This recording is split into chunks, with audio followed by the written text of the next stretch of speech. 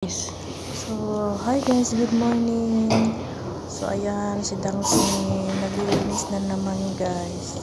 So, happy Friday, good morning sa lahat. At magaling tanghali sa Pinas. So, buhay sa pulong.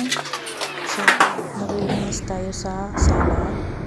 And then, maya-maya punta tayo sa kusina para sa ating trabaho bilang isang tagaluto.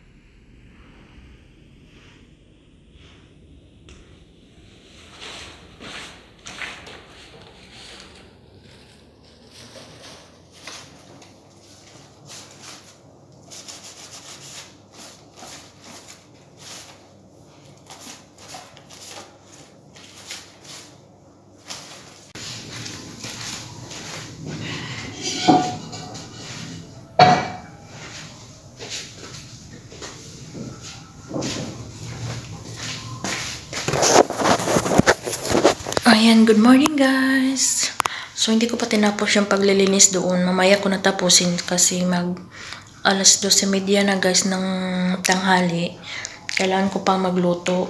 Para sa amin dito, wala naman yung amo kong babae at lalaki. Yung mga dalawang binata lang at yung kasama ko. So, nagluto ako maya-maya para sa amin. Anuin ko muna tong damit ko guys dito. Tuyo na siya. Uniform ko to, mga damit ko to, meron pa dito. So, yun pala guys, so yung pagkain namin kahapon, adobong manok. Sobra, hindi naubos kasi di pa isang manok tapos dalawa lang kami. Ayan, may ano tayo, putumaya ko daw to guys, yung nagmamawa ko ng putumaya. So, tanggal muna ako ng damit guys dito sa ano ko. So, happy Friday. Happy Friday pala guys. So dito sa Middle East, pag Friday at Saturday, yun yung holiday nila, di ba? Tapos sa atin is Sunday at Saturday. Tignan nyo guys, oh, maganda talaga pag meron na tayong ganito na dryer. So, pwedeng hindi na tayo magplansya, automatic na ba? Ang ganda pala guys, no, pag mayaman tayo. Kasi kumbaga lahat na ba, automatic. Sa ibang bahay nga guys, meron na yung hindi na naghuhugas ng plato. Ilagay na lang din siya machine yung sa pinsa ng amo ko. So, hindi naman guys, yan plancha na siya. Diba? Itong natin. So, magpapasalamat pala ako guys kasi may nanonood pa rin sa video ko. Ang buhok ko guys, tingnan nyo.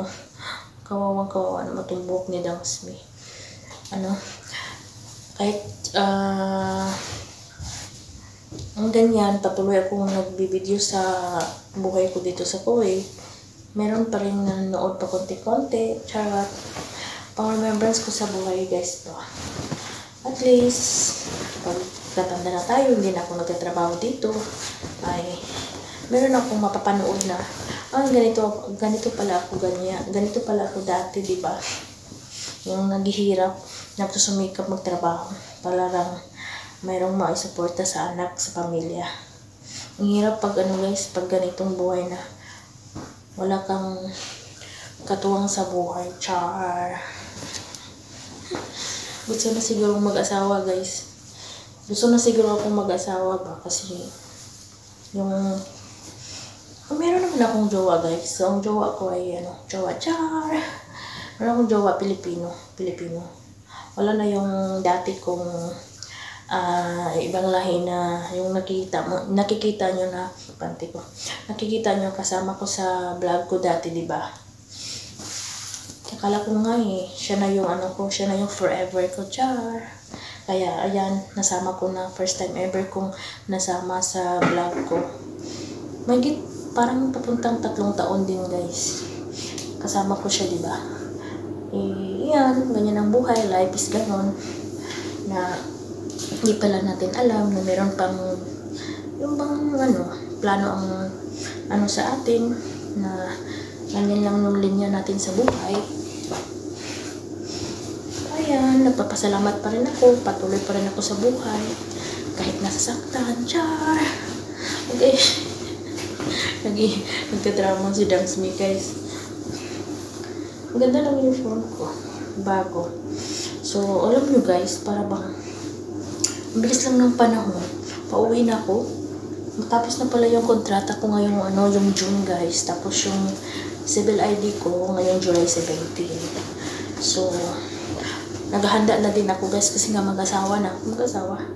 Mag-asawa daw. Hindi, guys, hindi na ako magpapakasal. Para walang para kung magkaano-ano man, huwag yun ang isa uli. Ayan. Mag-asawa na daw ako, guys. Magpahinga muna ako. Hindi muna ako babalik. Charot. Baka magkaanak pa ako ng kanya-kanya naman tayong buhay, di ba? Hindi naman natin sabihin na yung magsalita tayo ng patapos na hindi na tayo maging masaya. Char. So, yung anak ko, mag 18 years old na next month, guys. Yung dalaga kong nag-iisa kong anak sa asawa ko, di ba? So, yun.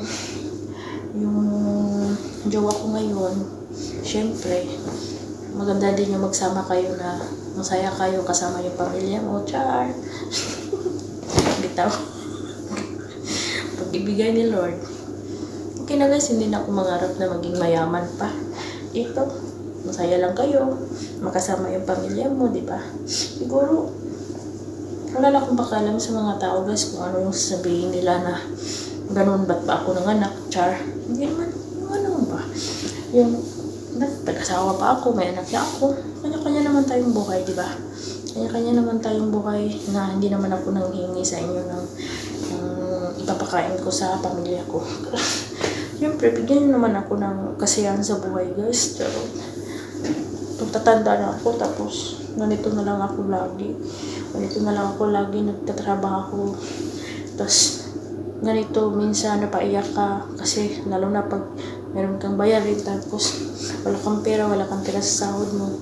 Minsan nga hindi ka nabibili ng para sa iyo kasi naipapadala mo na may binabayaran ka sa Pilipinas, may tawag doon, may obligasyon ka sa Pinas, di ba?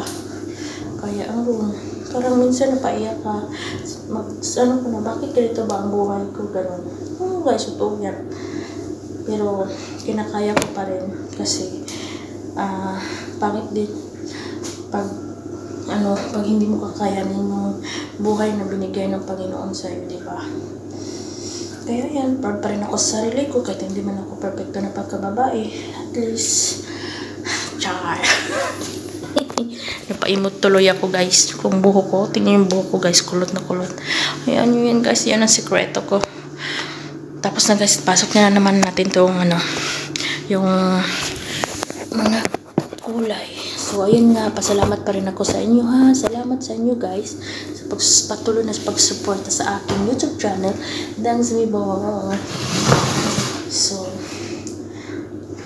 masaya pa rin ako kahit ganito lang na bigyan ako ni Lord ng good health always, bigyan ako ng amo na mabait na yung sahod, up to date yung sahod.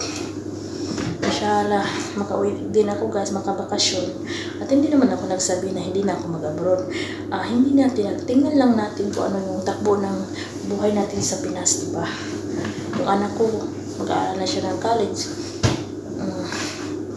Ayan, guys, titimbang-timbangin na lang natin.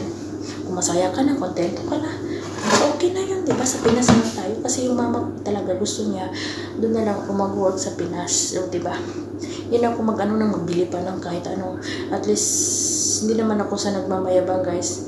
Meron na akong mga gamit sa bahay. Tapos yung lupa ko, konting kulang na lang Mga 20 plus na lang siguro yung kulang ko guys. So, diba? Kaya, wala nang rason na bakit gusto ko pang maging mayaman. Hindi naman ako mayaman. Yung tama lang at masaya na ako na permanente na yung bahay namin. Hindi na ako maalis doon. May tirahan na yung mama ko at papa ko. Kasama kami, diba? Char! So, hanggang dito na lang tayo guys kasi magluluto na ako. Narinig niyo ba ako? Charot. Iwan na natin to. Ayan na. And thank you for watching. Bye!